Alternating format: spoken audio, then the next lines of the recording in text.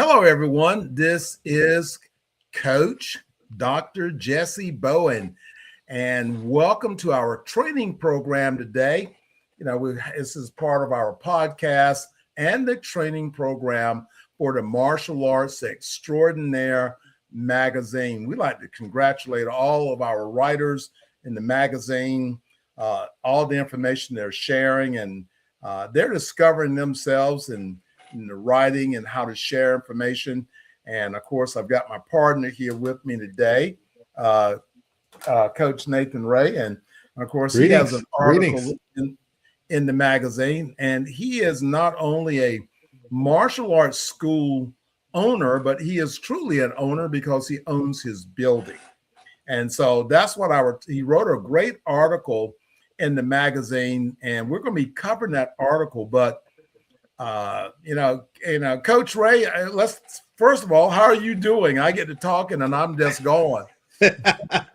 Ready for action. Well, I'm happy, radiant and free, shining bright like diamonds, getting after it. Happy to be here with you and excited about this subject because I think it's going to maybe shed some light on there may be some artists and not just martial artists, but there may be other people who have thought about, hey, maybe I should go this way versus the rental way. So I think hopefully today's will shed a little light and maybe give someone some clarity. Well, really, as I look back over my life, and this is what we call legacy. Okay, what did I do? I may have done different in there. I ran my business for 39 years, and I really didn't think seriously about owning my business. I mean, this is what we've always done, or owning the building. Right. This is what we've always done. This is the way we've done it. So let's just. You mean renting? Yeah, I didn't. Yeah, I was renting. I never thought about owning my business. Okay, got you. Owning the property, the building itself, and it wasn't until I sold it that I realized, man, I should have bought the building and owned it. Because when I look back and did the math, I was at that particular location, great location in a shopping center, great location. My rent was $8,000 per month. And when I did the math on it over that 10 years, I had spent $1 million. So I am a millionaire. Yes. You absolutely are. Yeah. But if I had, if I had invested in building my own building, so I would say to anyone that's out there and you're new into the martial arts business or any business, property is still a great value. Now, I purchased my home in 2000. And I was really excited. And I had, been married and had owned a couple of homes and stuff. But I myself, Jesse had never purchased his own home, my home, my down payment, my only child coming my out. only child syndrome, right? That's probably what was wrong with my marriage. I had only, I guess I shouldn't go there. Okay, let's stay on topic here. But right. I built my home in 2000. I sold in 2016. So I really owned that property for 16 years, and I bought it cheap. The mall was just starting. Well, anyway, I got such a great return off of that investment. So when I retired from Duke University, sold my martial arts school, I sold my home. It's great. I'm good. I'm doing good. But as I thought about it, I didn't own the building, so I couldn't sell the building. So I think it's a great thing for me. My advice from where I am today in the martial arts, 50 years, business owner of a martial arts school for 39 years. My advice to you, stop renting.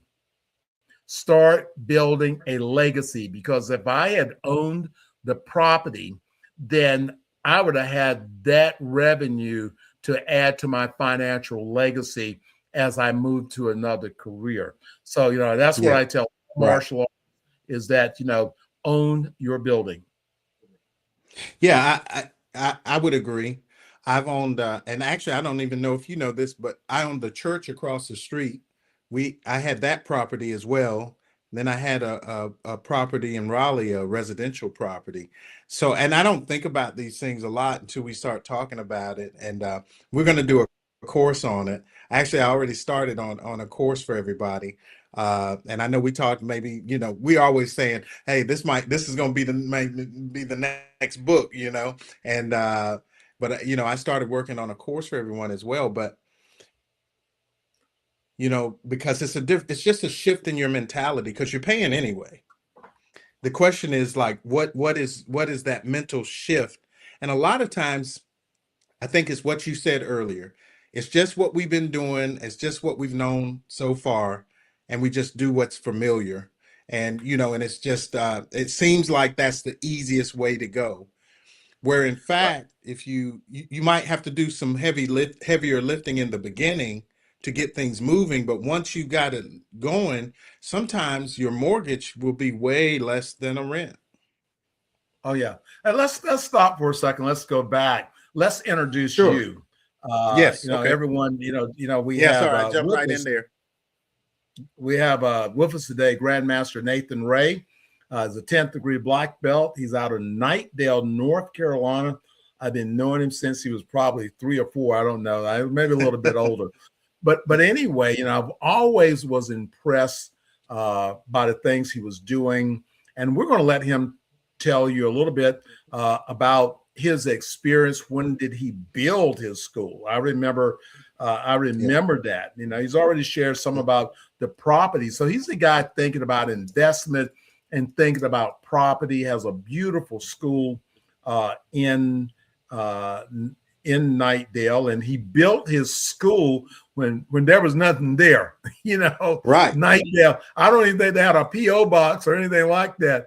But such Definitely a country. wise Definitely the country. decision. So Yeah. Yeah. so Coach Ray, let's get there. Just take okay. Tell me about your experience. School me, and so when I leave this podcast today, I want to go out and call my real estate person. Okay. Yes. Well, thank you for that. Well, just like everyone, starting in martial arts as a young boy, and you were a big influence on me. And it begins, and I don't want anyone to take this like a cliche, but it really begins with your vision and your excitement about martial arts and on what level you want to play at. Number one, you got to be committed to this thing, or whatever you're doing. You need to be on a level where you're absolutely committed to it, because this is owning a building is a long-term play, and it has a lot of great points to it, but it's kind of one of those things you need to be all in. If you're going to dibble and dabble, it's definitely not the route to go. But if you're all in and you make your decision, I made that decision growing up. I came up in the Karate International chain of schools, and number one, they were business oriented. It was done. We were taught to be professionals, and what I saw growing up were men and women who were doing martial arts as professionals. That's the first thing. You need to have some business training. It's you need to see from the lens of business, not just your passion for martial arts and the practice there. And so there needs to be a balance with that. So growing up, at 14 years old, I had already been moving around with my sensei, and going to different programs, getting qualified, uh, getting on a level where I could run a program and learning what that entailed. And the cool thing was I remember us going and doing a program, but getting behind the scenes, not just counting numbers and you do the technique, but what does it take to set it up? You got to be able to speak to someone. You got to be able to communicate. got to have some people skills, and you got to be able to develop relationships. Those are all very important because at 14 years old, I remember saying, this is what I want to do with my life. I made that commitment. And so the vision, I started having this vision of being able to do this thing, qualifying myself. And then uh, as time moved on, at when I was 14, I took on my first students at my parents' home. Start from where you are and don't limit yourself. Because I started in their home teaching. I took on some students here locally, and they were actually classmates of mine in high school. And so that's where the seed of the dojo was born.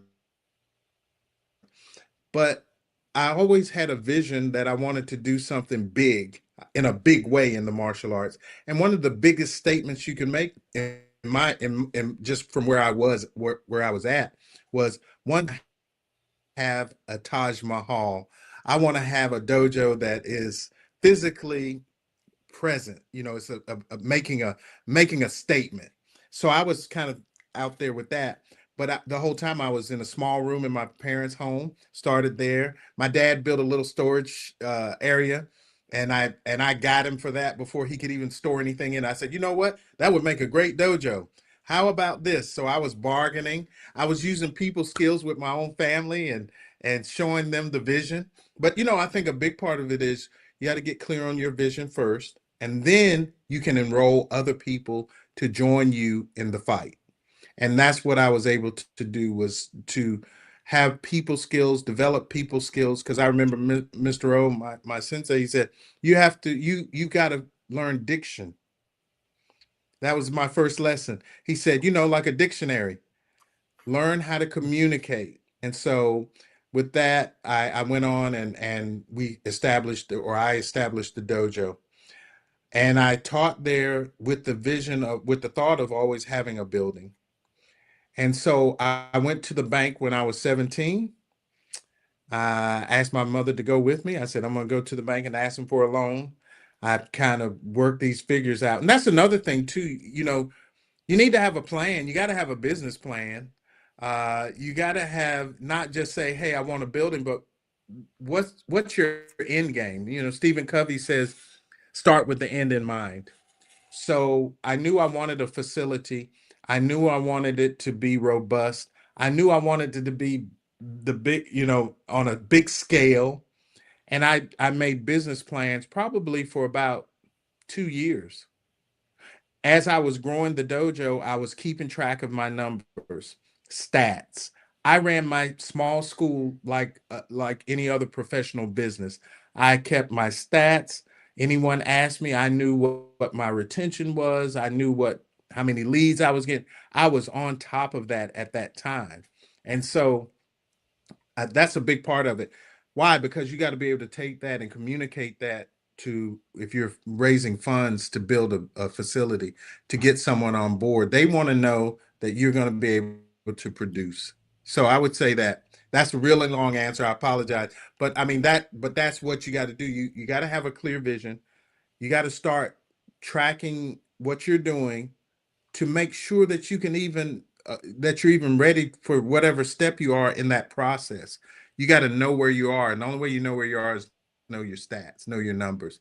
I started knowing because after about 3 months of teaching at my parents' home, after 3 months I had about 35, 40 students. I said, oh man, we got something good starting here, because people were interested, people were signing up, people were adding on to the momentum.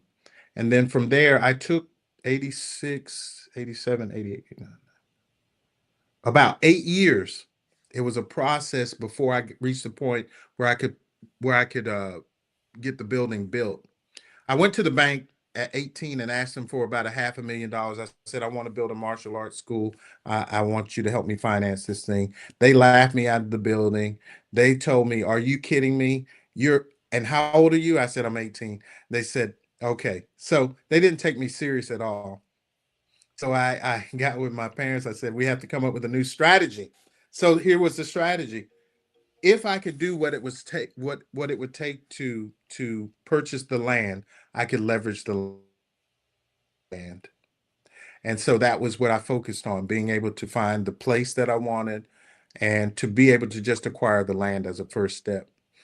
But along the way, relationships in the bank, uh, I got led to the SBA, and a woman in there named Cecilia Gregory, I'll never forget her.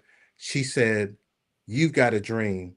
We're the SBA, and we've got a special program where we partner. We don't take on all the liability. We partner with the bank, and we each do our piece to help support you. And I believe in what you're talking about." In other words, I was able to share clearly with numbers, with vision, what I had in mind. And she was able to see that it was possible and plausible. And she didn't judge the fact that it was a martial arts school. She judged the fact of my numbers, my revenue, and my projections. I was doing projections when I was 18 or 19 years old. And really, we say projections, it really just comes down to really taking a moment and really being thoughtful and having those stats and knowing that, hey, if it continues at this rate to grow, I can project X, Y, and Z. And I was able to show her that. So, yeah, she got behind it, connecting me with the bank. And the same bank that had laughed me out of the doors a few years later, with the help of partnering with the right people, uh, we went to Raleigh, which is next door to the Capitol, to that bank's headquarters. She plugged me in with the president there. We all sat together. They agreed and got behind the project. So that's a very long answer, but that was how it happened. Then we were able to, once securing the land, leverage that, and we're able to go ahead and build the building. So, well, yeah. there's a couple things in there because if you're going to buy a home and the process and the building is the same because your qualifications are the same, but you got to have the mindset that you really want to be a owner. And I think that's really important. So once you do that, you can move to that next step, because if you don't have, and we come back to the same thing that holds so many business owners, whether they're martial artists or not, that holds them back, is that they don't think of what they're doing as a profession. And if you don't think it's a profession, the bank's not going to deal with you because you have not done everything that you need to do. So if you want to start on the process of owning your own schools, stop renting, start today and make that decision, and now start moving forward. If you've been in business for 10 years, do the math. How much money have you spent in rent that you will never get back? And so what is my next thing for me to do? The next thing to do is to make a decision and now create a plan, because I can talk all day long about what I'm doing, but I need to have a plan. And that plan is not building the building. The plan is building your business. If you got the capital sitting around that you can go and make that decision, and then that's great. But if you don't, then you've got to be able to look at, how am I going to build, to build that revenue. So that's the place that you really want to think about in that, in that process, because that whole process is actually a journey. So I know you were talking about, you started off, in your family's home, of just doing something that you love, doing what you love to do. I just wrote an article last night talking about being able to do what you love to do and get paid for it. And so I think that is number one. I want to own my martial arts school. I don't want to pay rent. That is the start there, and making that decision. You don't want to rent, because you can now own, the property. Go out and start looking at property. Nothing happens until you take an action. So now you want to, and start with your school. You say, well, I can't afford to go do that. Well, that's where you want to start. You want to start with creating a consistent monthly revenue, but you need to find out, how much money would it take for me, or what should my income be for me to be able to purchase a property? How much would property cost? Maybe I want to be in this section of town, which is a great section, versus an okay section of town. what is it that I want to do? And again, the power to live your vision is about being able to have that vision and then come up with a strong student retention. Because in order to create wealth in this business, then you have to have retention. Anyone that doesn't sign someone up on a membership, you are wasting your time, because that was yeah, I don't mean to interrupt. You pressed the button. You pressed a lot of buttons, but I'm gonna go to that one. And that was the advantage that I had coming up in a professional organization. Even at my parents' home, everyone was still on membership. Everyone signed on the dotted line. I was committing. I expected them to commit because that's what I saw growing up. I was blessed to be there to see that, hey, it's no different. And this was the example I was given, that I was taught. It's no different when you run your credit card and you sign that little piece of paper. That's the only thing. You're just saying, hey, I agree to take care of what I said I would pay for what I ran on this card. It's the same mentality. So I think one of the big advantages I had, I did see others, but I was young enough not to get caught up with I trusted in the fact that I saw people who were being successful already. And the fact that you're hearing me talk about it, or anyone else who's owned their own businesses or buildings or properties, which there are quite a few people, whether it's a home or a business, like what you said a moment ago, it's the same idea, but it goes back to number one. I was young and I knew it was possible. I didn't let myself get in my way. I just knew I just needed to do the things, and I moved. So it goes back to what you're encouraging everyone to do now, is start today. It wasn't, there's not going to be a perfect time for you to start. So you might as well start today. That's an illusion. That's actually a delusion. It's not happening. The other part I want to touch on real quick, you said it, decision. Napoleon Hill did a whole chapter in Think and Grow Rich on the power of making a decision. And the opposite of making a decision is procrastination, putting it off. There, like I said, that is the power, is to make a real decision.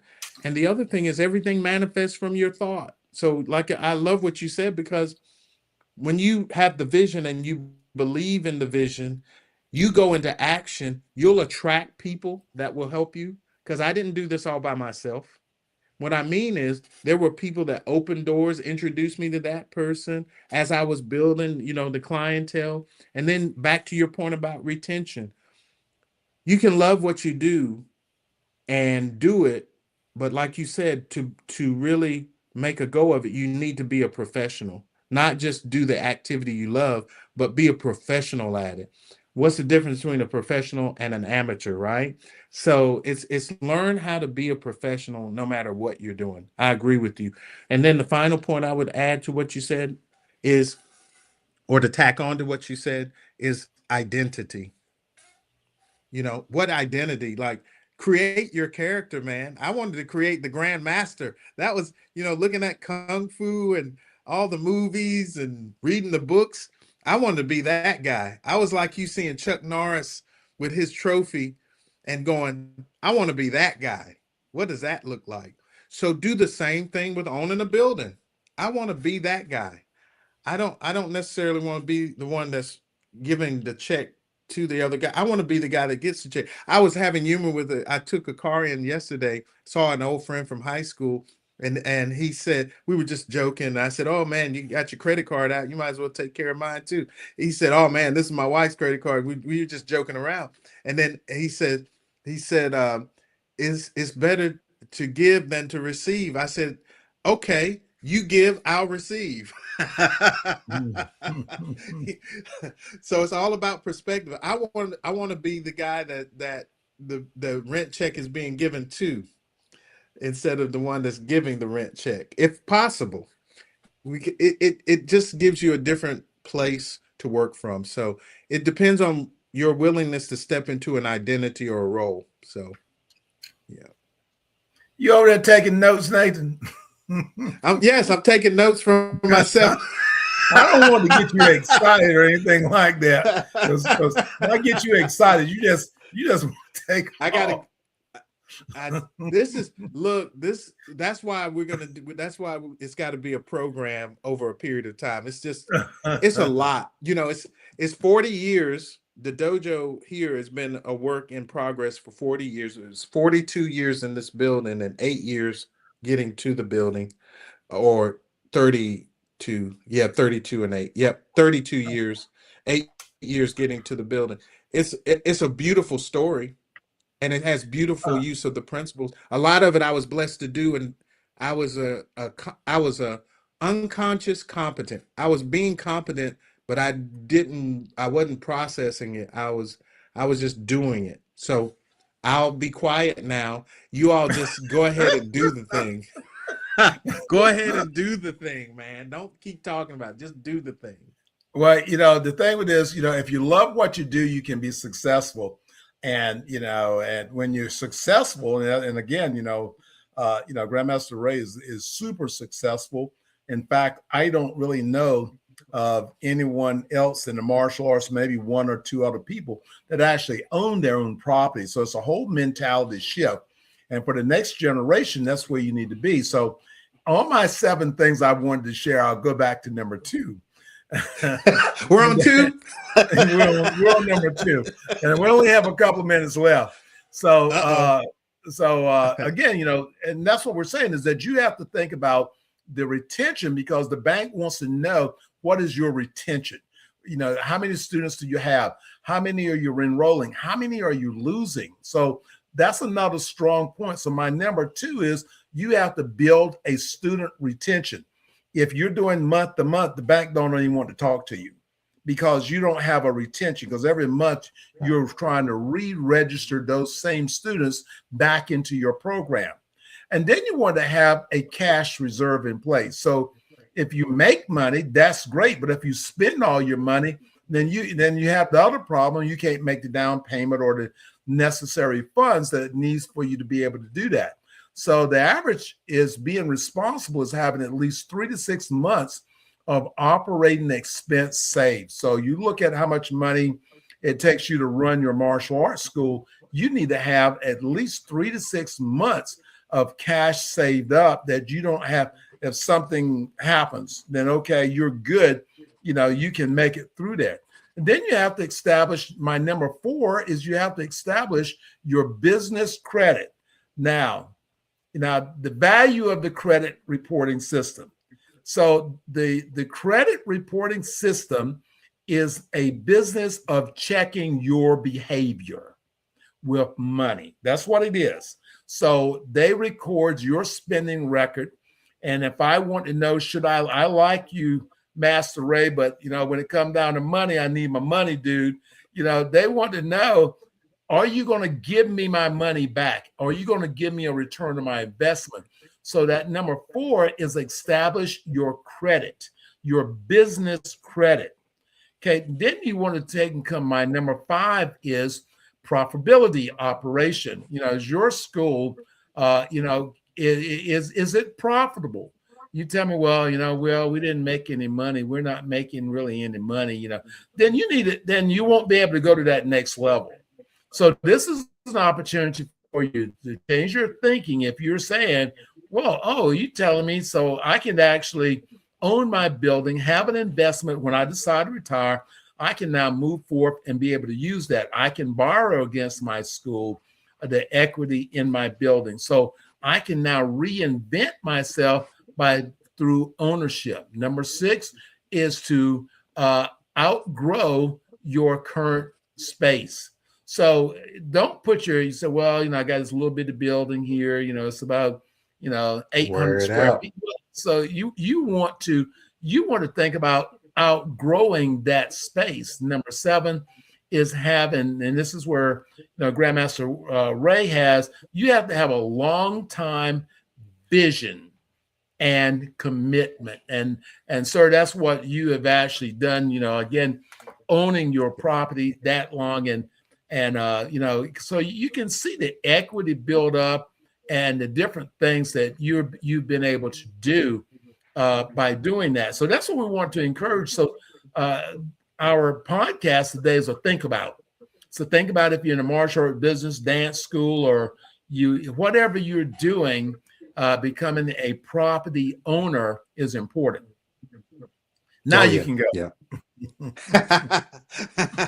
No, I'm gonna be good. I'm gonna be good. But and this, I really want to lean into the intangible side of things. That power of thought and vision is just so important because it's gonna fuel everything else.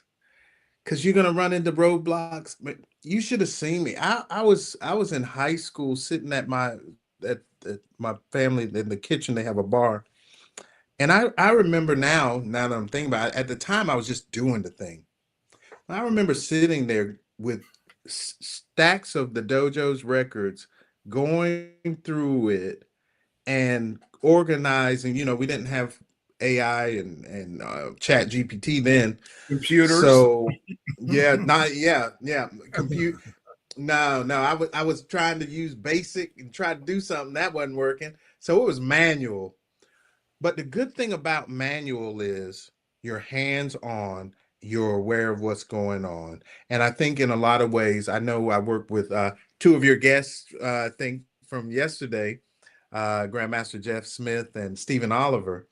And I am excited because many of the things that they reiterate or iterating to the group are things that I came across in my journey as well, which is at the end of the day, all the automations are awesome.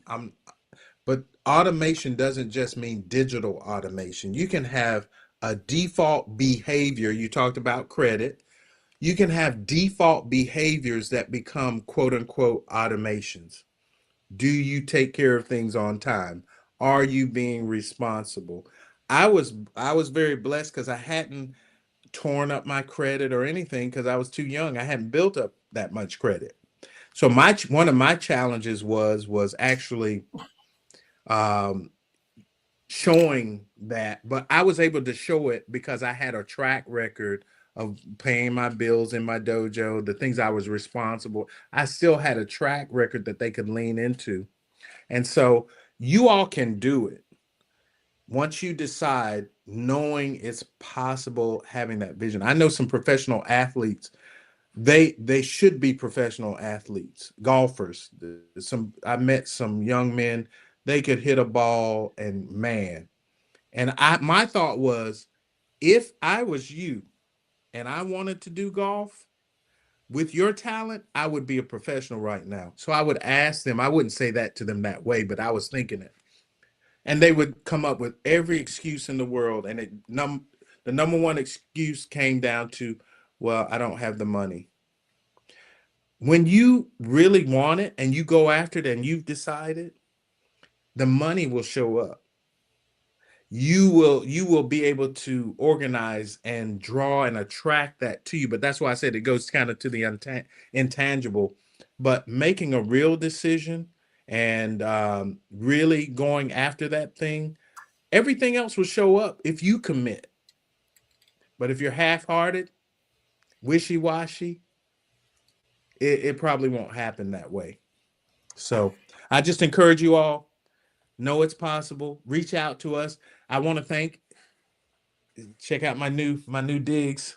I want to thank Elite Publication for sponsoring us, and we're on Roku and Spotify.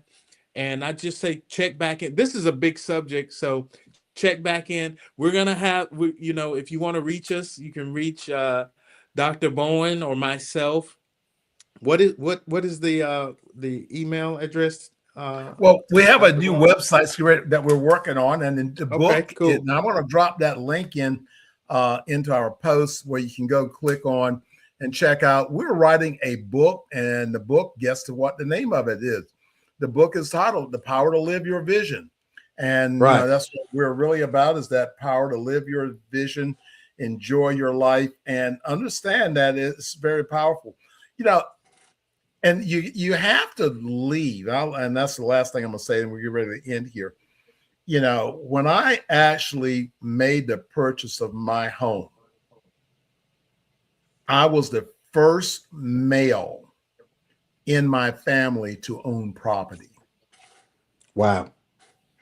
You know, because see, that's why I said it's the mentality, you know, of it. And that's what you have to change. Now that when I in my family, so That's it. that goes back a very long time. Generations, man. Generations. Yeah. It goes back in generations because and that goes back to your mentality. So if it goes back Yeah. into your your generation that whether you should, you could, or whatever, then you have to start there and make that change. You know, Yes, sir. and so as we try to erase history and all those other things that are so important, this is why your legacy important because you know, and then you know, like I said, my kids were the first ones to graduate from college. You got to take care of yourself. You got to have a mentality. It doesn't rely on your family, anyone else. So being successful is actually a mindset that you actually grow to. So we got several things that we're doing. Of course, we know we have the podcast.